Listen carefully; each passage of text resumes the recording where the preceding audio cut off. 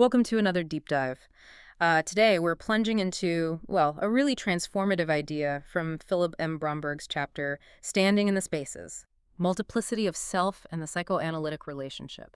It's from his book, Standing in the Spaces, Essays on Clinical Process, Trauma, and Dissociation. A foundational text for many of us, really. Absolutely. Now, this isn't just, dry academic theory. For us as psychotherapists, especially maybe early in our careers when we're learning to sit with these really deep complexities of human experience, well, this idea can fundamentally reshape how we understand the people sitting across from us. And ourselves too, right? And ourselves, exactly. Our mission today, I think, is to grapple with a core question. What does it truly mean to stand in the spaces? What happens when the self isn't this neat singular thing, but more like a collection of shifting, sometimes contradictory parts? Yeah. And maybe crucially, what does it demand of us as therapists to stay present with these fluid subjectivities without rushing to unify them or slap on a single neat interpretation?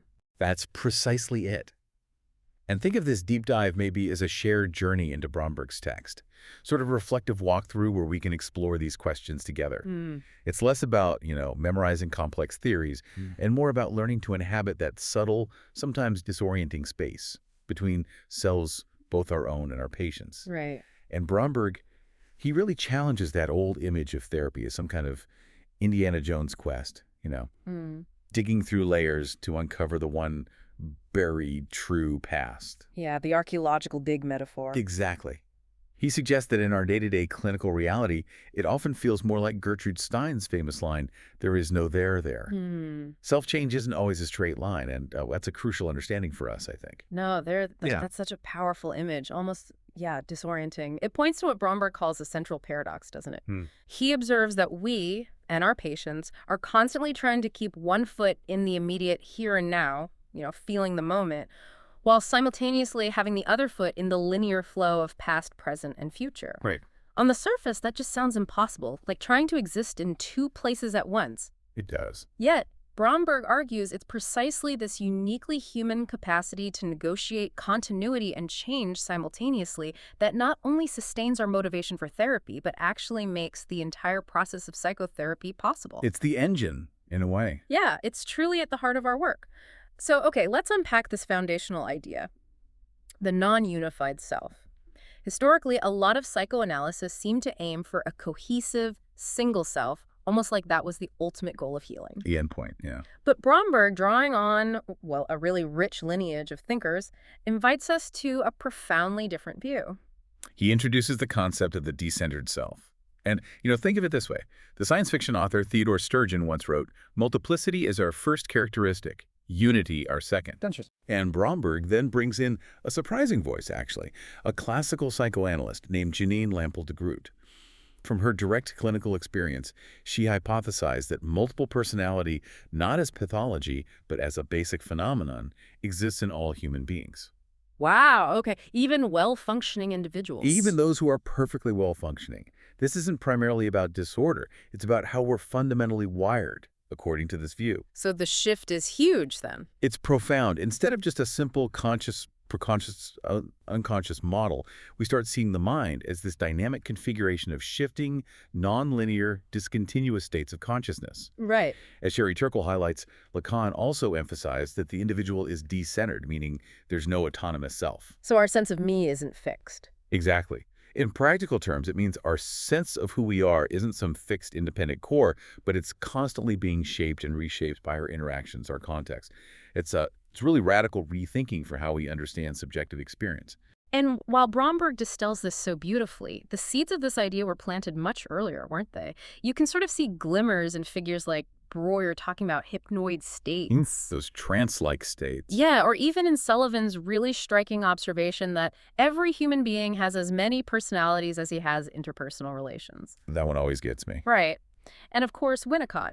His concepts of the true and false self hinted at a far more nonlinear psychic structure than maybe we traditionally assumed. These were really crucial precursors, paving the way. Absolutely. Winnicott's insight, what Bromberg calls his nonlinear leap, truly opened the door for these post-classical thinkers to re-examine the mind as inherently decentered. Okay. And this allowed us to see growth not as this unidirectional linear progression, but as a dynamic dialectic. Take Ogden, for instance. I... He thoughtfully critiques Klein's more linear developmental theory. Right, the stages. Yeah. He proposes synchronic dimensions of experience, meaning that different parts of our experience can exist and operate simultaneously, not just one after another in a straight line. Okay, so multiple things happening at once, basically. Exactly. And he passionately argues against valorizing integration and villainizing disintegration. He suggests that unchecked integration can actually lead to stagnation, a kind of frozenness. Interesting. So too much integration is bad. Potentially, yeah. Instead, he proposes that a healthy, mitigated splitting, not pathology, but a kind of fluid breaking apart of experience actually provides a much-needed breaking up of a too-frozen integration. It's about dynamic tension, not just smooth progression towards some imagined perfect state. That's such a key insight for us in the room, isn't it? It connects so well with Betty Joseph's perspective. She talks about how genuine, long-term psychic change actually comes from letting go of value judgments about those subtle shifts we see in a session. Right, not labeling them good or bad. Exactly. Change isn't some fixed, achieved state. It's a process of constant, minute shifts. It's never static, always in motion. Precisely. And this brings us right to Bromberg's crucial definition of normal multiplicity of self. Yeah. It's this ongoing dynamic interplay, a kind of healthy dialectic between the separateness and the unity of our self-states. Okay. We do maintain a healthy illusion of a cohesive identity, that feeling of me, but that me is actually composed of individual self-states that function optimally, constantly negotiating with each other. Like an orchestra, kind of. Exactly. A well-orchestrated ensemble where each instrument plays its part while contributing to the overall harmony. And he gives such vivid, concrete examples from the text of this adaptive, healthy dissociation, doesn't he? He does. There's the patient who describes that passionate sexual moment as coming in diamonds, completely lost in the moment, saying it doesn't matter whose penis it is, who is fucking whom. A total immersion. Yeah, it's a healthy suspension of typical reality testing right then. Or the woman reading a book, totally absorbed, who later realizes the page is wet.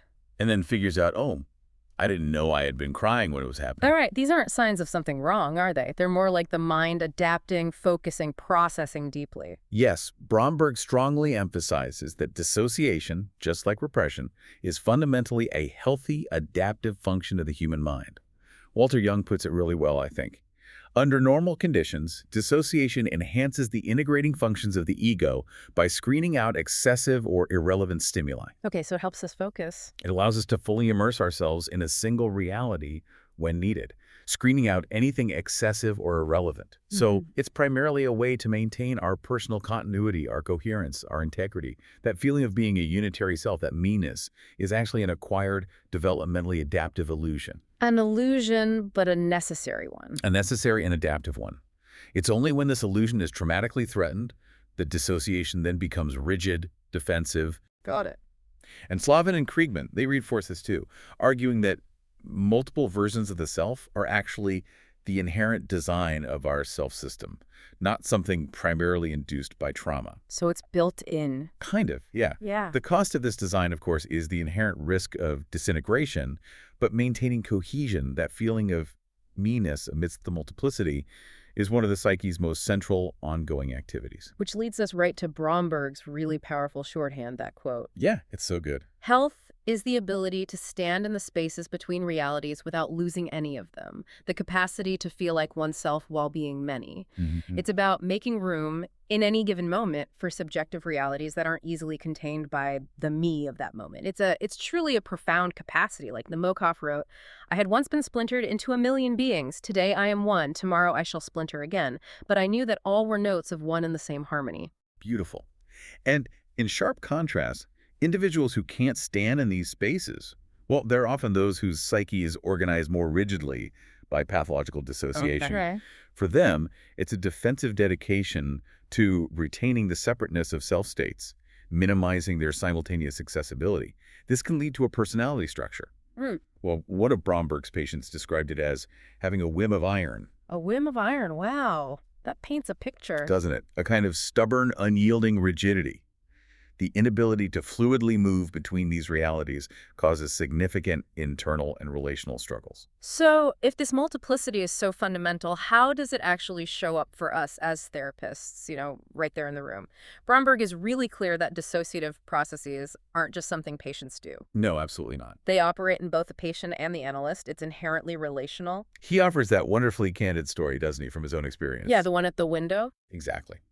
He describes himself standing there, waiting for his first patient, looking at a homeless man on the street below. And he's battling his own internal voices, these shifting states of mind, a flicker of irritation, a sense of intrusion, and then immediately that uncomfortable self-reflection. Do I feel that way with my patients? And deny it. Mm-hmm. He realizes he's been in his own kind of trance state and has to sort of wake up to his own internal dynamics, how his thoughts about the man outside connect to his unspoken feelings about serving his patients. It's such a powerful reminder that our own subjective experience in the session isn't just background noise. No, it's vital data. Absolutely. Yeah. And for our patients who primarily use pathological dissociation, they often struggle with that sense of historical continuity, right? A stable narrative. Bromberg suggests that what might look like resistance to our interpretations is often, as Ogden also noted, just a dissociated voice or self-state feeling like the analyst's words are threatening its very existence. Just confirming it. Yeah, disconfirming. It's perceived as a deep threat, not a helpful insight. And he shares that illuminating example, the patient who struggled so much with missed sessions. Oh, right, the makeups. Yeah. Bromberg initially thought it was about power or money because the patient was so fierce about making up every single session no matter what. Mm-hmm. But then Bromberg describes this inexplicable shift in his own internal feeling state, a sudden warmth, a tenderness towards the patient. Okay. And this led him to ask about something in the patient's tone he hadn't quite heard before. This subtle shift in Bromberg, this momentary dissociation from his initial analytic frame, it opened a space. For something new. For something new. For the patient to reveal his deepest fear. If I'm not at the session, I won't know what happened. If you don't make it up, I'll never know. I'll never have it again. As Rhys suggests, it's often the disruption of the experience of time that goes to the heart of the dissociative disturbances. Right. Bromberg's own internal shift helped him connect with this previously unsymbolized, desperate self-state in the patient, not through an intellectual interpretation, but through a felt, relational knowing. Which highlights something really crucial for us. The analyst's own moments of dissociation, those internal shifts, unexpected feelings, they're not mistakes. Not at all. They're intrinsic to normal human communication. In fact, it's often what wakes the analyst up, right? To the fact that something significant is happening beyond just the words being said. Exactly. It's a signal, a clue, within that co-created field of the session, telling us to listen differently. So this has profound implications for how we actually do therapy then. Huge implications. Peter Fonagy's work from the Anna Freud Center, for example, emphasizes that with patients struggling with these issues, our interventions aren't just about interpreting internal conflict. They need to actively strengthen the patient's capacity to tolerate that conflict, focusing on reactivation of the patient's concern with mental states in himself and in his object. So helping them get curious about their own minds and ours too. Yes, exactly. And crucially, this involves a deep recognition rather than just intellectual understanding, especially for patients who might be quite dedicated to avoiding self-reflection. And that recognition isn't just us recognizing them. No, it's not a one-way street. It's a dyadic process of mutual regulation. Yeah. Both patient and analyst are actively involved in each other's mental states, even when it's unspoken, even unconsciously. And from this reciprocal process, Fonagy and Target talk about the emergence of a third perspective. It's not just the patient's view or the analyst's view, but a space for thinking between and about the patient and the analyst. A unique relational space. Yeah, belonging to neither alone, but emerging between them. And Bromberg describes this space so beautifully. A twilight space in which the impossible becomes possible. A space in which incompatible selves, each awake to its own truth, can dream the reality of the other without risk to its own integrity. Wow, that's poetic. It really is. It's an intersubjective space where even hope and dread can find dialogue. It allows previously incompatible narratives or self-states to share consciousness without having to negate each other. So what does this actually demand of us, the analyst, in the room then? How do we foster that? Well, it requires a listening stance that's really dedicated to the ongoing subjective experience of the relationship itself, and it's constantly shifting quality, even when our main focus might seem to be elsewhere. Staying attuned to the undercurrents. Correctly. Being experientially accessible to shifts in self-state, whether it's our own or the patient's, and then reflecting on how to process that awareness, or even if we should verbalize it right then, it's about being deeply attuned to those subtle internal shifts. Okay. And this approach suggests something quite radical, maybe, that the analyst can actually be deaf sometimes, or even wrong in their interpretations. That feels scary. It can. But surprisingly, this can be incredibly useful. It allows the patient to, in a sense, recreate the analyst in their mind to protest our wrongness. Yeah. And in doing so, they bring previously unsymbolized aspects of the self into relational knowing. It's not about us being perfect interpreters, but about being open to the feedback loop that emerges from these collisions.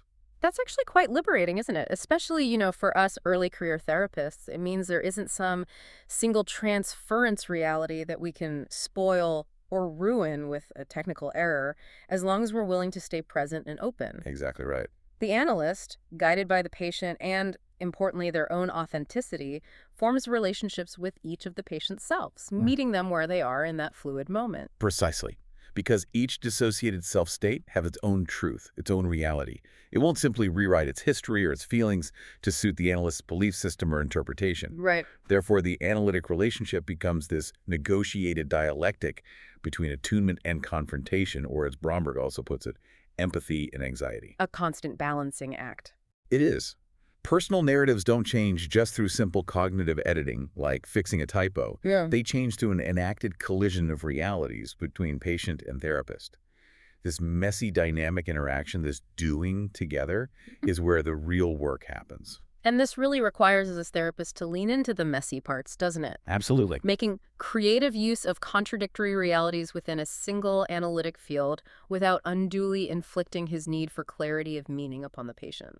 That last part is key.